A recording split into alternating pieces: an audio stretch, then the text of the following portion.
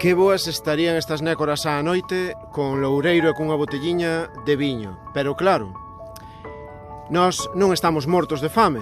E aparte de non estar mortos de fame, temos licencia para pescar, pero non temos licencia para facer o que nos dé a gana, como é normal e como ten que ser. E aparte, bueno, tampouco somos os antigos dirigentes de Pescanova, tampouco somos a antigua directiva de Caixa Galicia, tampouco temos sangre azul, non somos infantas, non somos ministros de Economía, non estamos ao cargo de ningún banco, non temos que coidar dos cartos da xente nin nada deso.